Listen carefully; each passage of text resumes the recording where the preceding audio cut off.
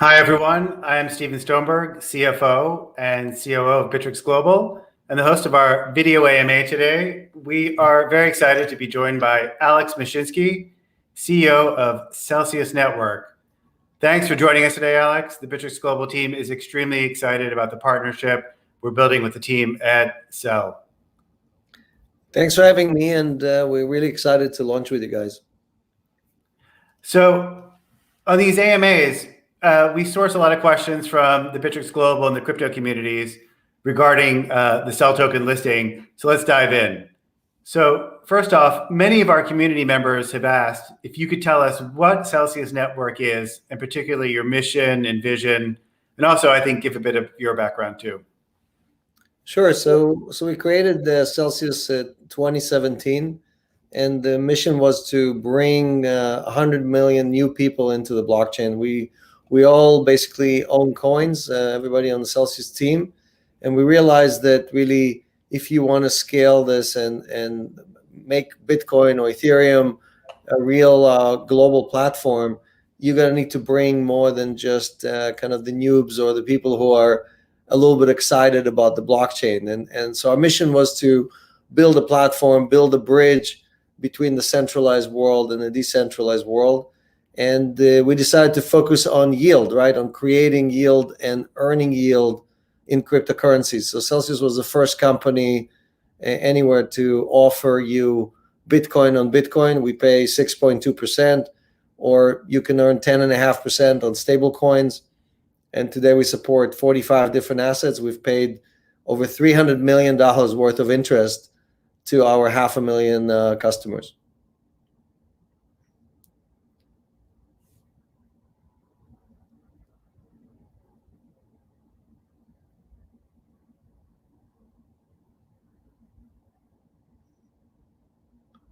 So I think we lost Steven, so I'll keep talking until he restarts his computer.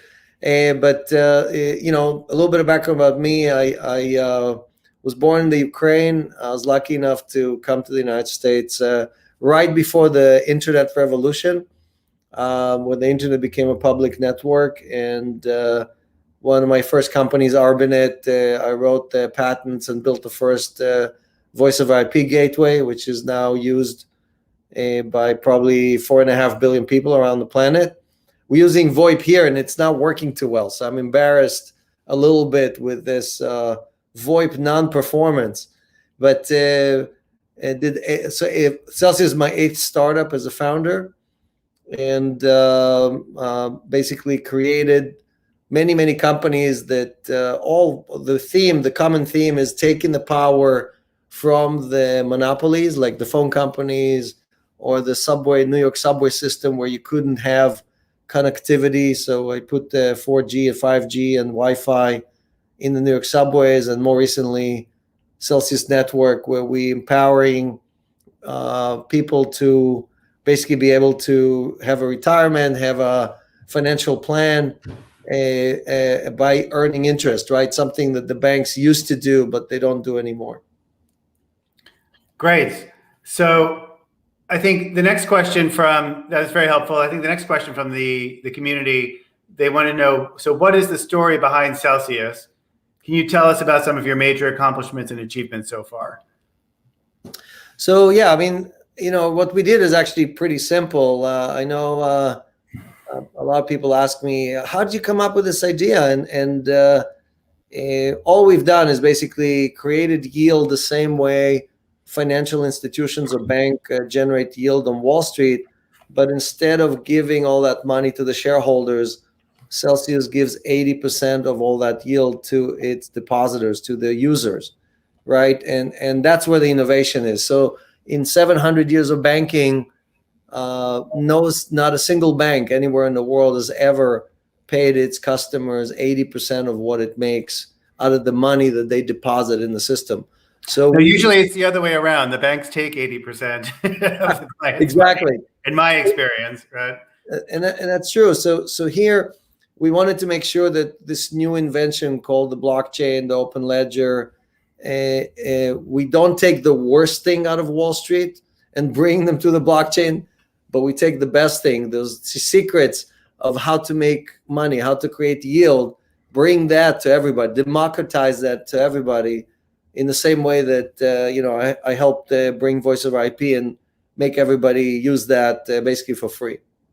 So I think it's interesting. I mean, look, it's a very topical, like everybody in crypto, it's like, we're all against, and I'm a former banker myself, so we're all against the horrible bankers, and some of us are, as they say, poachers turned gamekeeper. So, we come from that world. But I think I noticed in some of your tweeting activity, you're sort of also pointing out that even within the crypto world, it's not all such a level playing field, and not everyone is so benevolent. So some of those other providers of what you're doing, who shall remain nameless, of course, unless you wish to name them. So maybe why don't you talk about that angle too, which I think is interesting. Well, so a lot of what happened in the early years of crypto is that people copied exactly what existed on Wall Street. So Wall Street has exchanges, they copied and created exchanges. Wall Street has all kind of arb and trading and so on. They copied that as well, right? And created perpetual swaps and all kind of other tools that may not be necessarily acting in your best interest.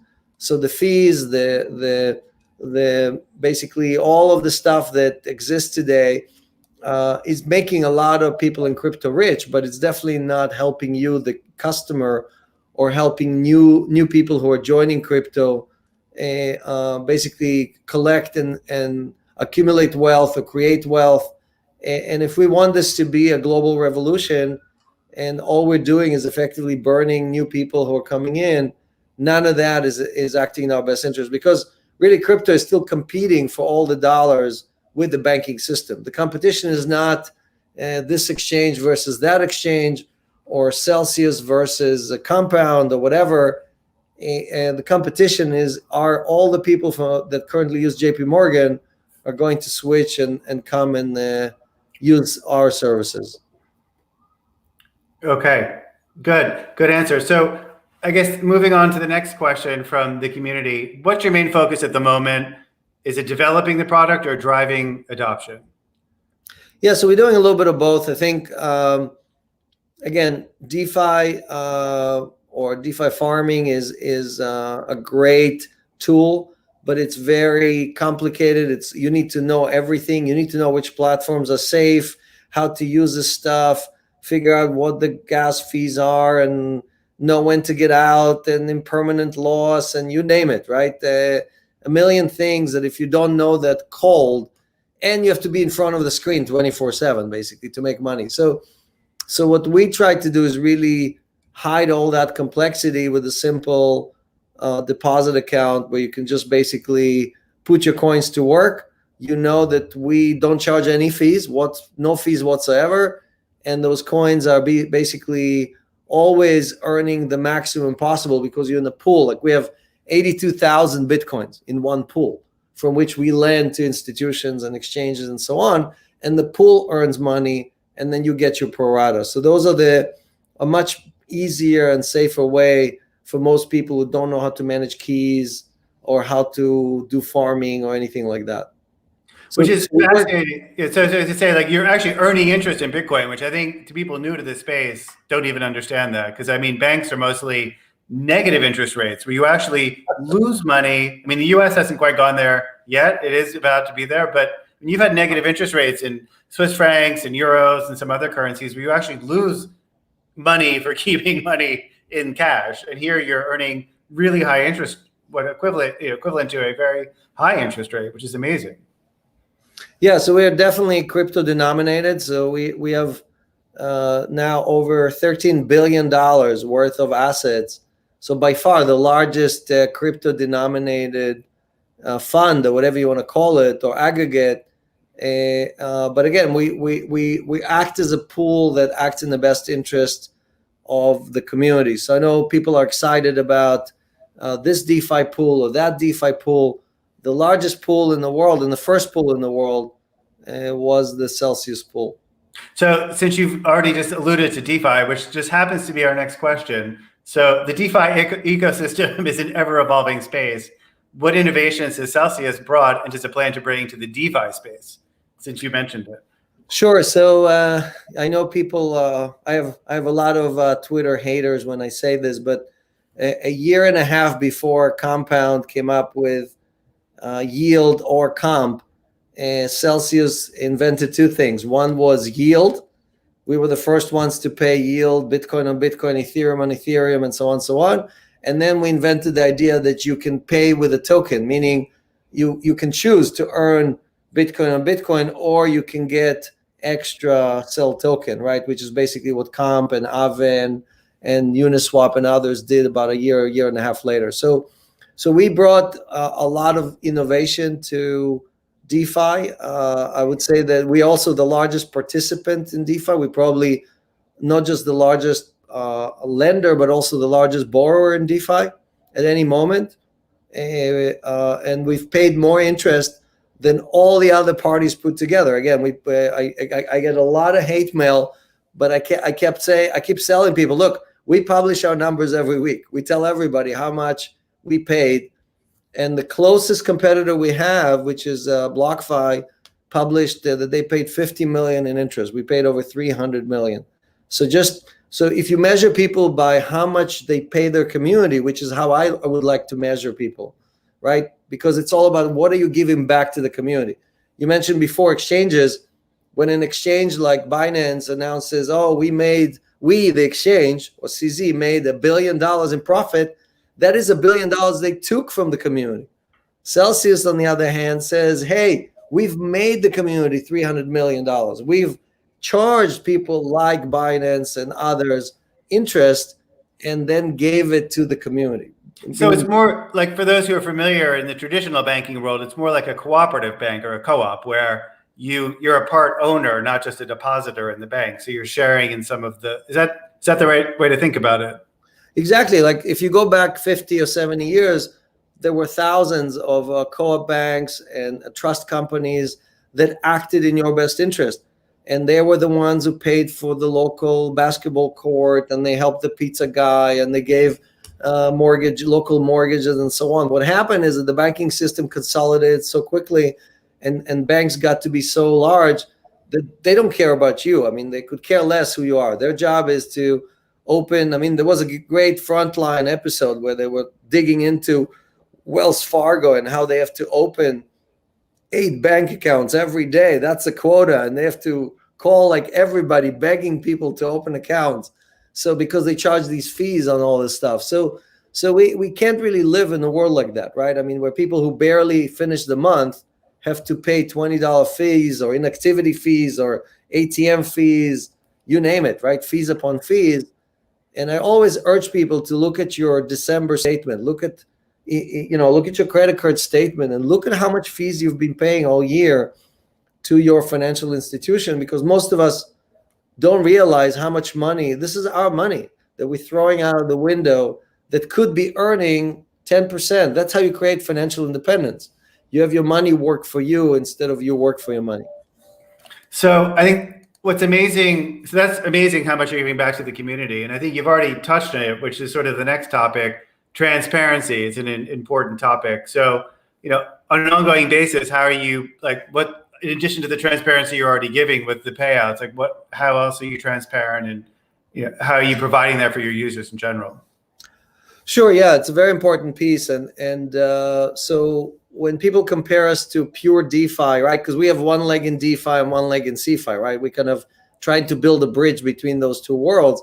But when people compare us to pure DeFi, they say, hey, I can go and audit the smart contract that this or that platform has, and you guys don't allow me to do that. Well, how many people in the world know how to audit a smart contract and know if it's real or not, if there's a bug there or anything like that? So what Celsius has done is basically said, okay, how do we going to allow a layman, somebody who's using Celsius for the first time, to verify that we have funds, that the funds we have actually exist, verify that we earn interest, verify that they got paid the percentage of the pool that they represent. If you're 1% of the pool, did you receive 1% of the interest distribution?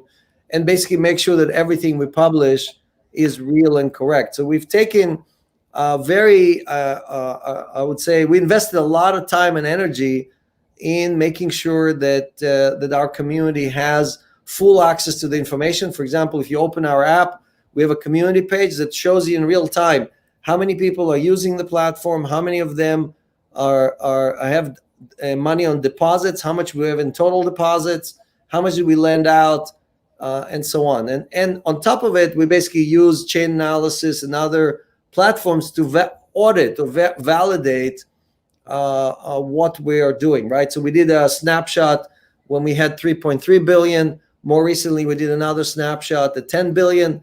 That's every 6 months. That's how fast we're growing. In 6 months, we went from 3.3 to 10 billion. And now we're at, again, over 13.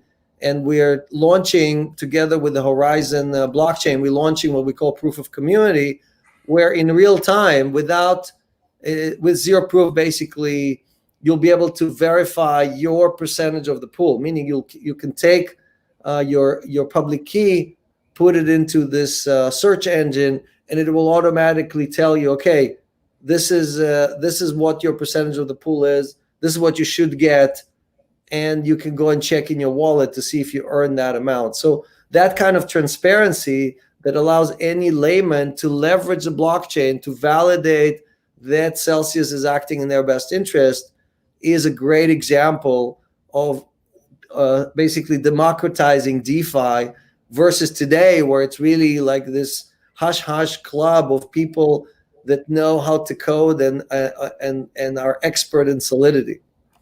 Yes, I agree with those comments. So that was a good answer. Thank you. So moving on, the next question, we received a lot of questions actually on the topic of governance. So maybe you could talk about how governance works in relation to the Celsius network. Yeah, so traditional companies, DeFi companies, really use governance to hide away from regulators, right? So basically, they don't want regulators to come and say, hey, this is a security. Whatever you're giving all these users is a security because of the Howey test.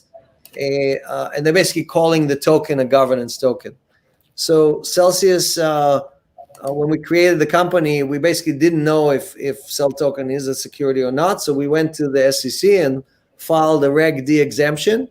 And basically, we through that exemption, we were allowed to raise the funds and create the Cell token and continue operating. So as it relates to governance, again, I'm yet to see real governance being used through the community. As an example, we were trying to vote Cell token into one of the pools.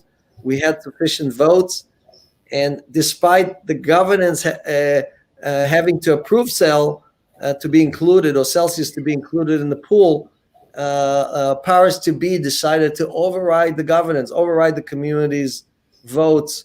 So really, is it real governance? Is it not real governance? So I think I would love to look. I was born in a communist country, and I came to the land of the free here in the United States. And I would love to tell you that governance is doing exactly what it's supposed to do.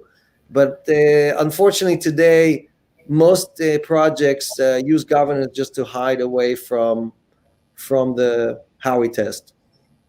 Okay, well, it's good that you got the clarity on that, because that's something you don't want to have your token holders find that there's some problems with the SEC down the road, like some other projects. So the next question from the community, scalability. So that's a really important facet in the crypto space, particularly for privacy-focused cryptocurrencies. What scalability measures have been implemented in designing Celsius?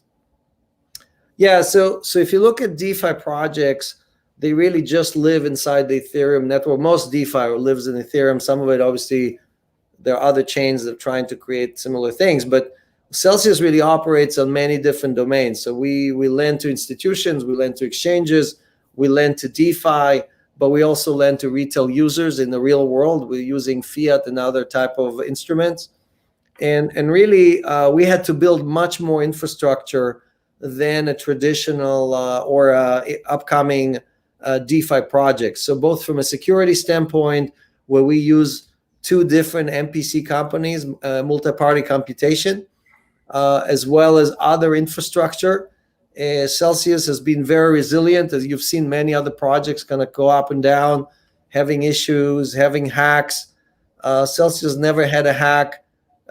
We use 14 different blockchains. We have more smart contract than most people in DeFi, but we never had a hack because we spend much more time kind of testing and validating everything. And again, today with more assets than anyone else, I can tell you that Celsius is the safest place to deploy your assets. Great. And so what are your plans to educate people on Celsius and drive adoption in the community? I mean, it's such a great topic and great product. And how are you going to raise more awareness of this? Yeah, so we do a lot of educational stuff. I do an AMA every Friday, 1 o'clock. If you want to go on YouTube and search for Celsius Network. So we do a 2-hour long Q&A every week. We issue 4 or 5 videos every day, over every other day, about different topics, trying to educate the community. So all these things are things that we invest in because we want to both convince the skeptics as well as educate the new users about trusting this infrastructure and kind of pulling away from the old banking system so you can unbank yourself. So I'm not saying I need one of those T-shirts, by the way. That's great. I've already unbanked myself. I used to work for banks, not anymore. I'm crypto. We'll definitely trade one. So we look. A lot of other people do a great job also educating. You know, obviously Coinbase and some of the other companies. You guys do a great job. I know a lot of I see a lot of content from you guys as well. So I think as a whole, we are definitely a very talkative and communicative industry compared to like banks, right? Banks almost like hide from you. They don't want you to know anything about how they do things or where they do things. Just give me your money and don't ask any questions. That's the attitude that most banks have. I agree with that. Unfortunately for the banks, they're sort of having, I call it the financial services industry is having their Amazon moment now. So they're finally, with crypto and blockchain, is just going to totally compete with them. So in the same vein, on the last question, some users are asking, what are your plans for global adoption? I guess how are you going to roll this out everywhere? So today, just under 40% of our users are Americans. And so we actually are a global company. We operate in over 200 different countries. And most of our growth is coming from outside the United States. Obviously, there are countries we are fully compliant. So, for example, we block our services in Japan and other countries where the local governments decreed that something that we do, for example, requires a license or we should not provide that service. But we plan to basically open these services or get licenses worldwide. So I think as the regulation kind of clarifies and becomes more unified worldwide, it's going to get easier and easier for companies like Celsius or Bittrex Global to basically provide these services. I think crypto in general is becoming much more prevalent and more people are demanding that from their service providers. So we're seeing a lot of inbound inquiries from banks, financial institutions who are saying, okay, I want to add your services. How do I do that, right? And as an example, we just launched with GMO in Japan, where we are starting to issue stable coins and other services, as well as other partners. We launched with Line Japan. So these are giant companies. Line is twice as big as PayPal. I know a lot of people are excited by PayPal, but Line has twice as many users, 680 million users worldwide. So these are the type of partnership that really scale and enable a very large set of users to come into crypto. And if those people come and buy coins, your coins, my coins are becoming more valuable. Great. So this has been super exciting. I think it's such a great project, and we're really happy that you've listed with Bittrex Global. But to close out, and again, the last question from our community, what does the future look like for Celsius, and what are your upcoming plans and priorities? Yeah, so we're accelerating. It's moving faster and faster.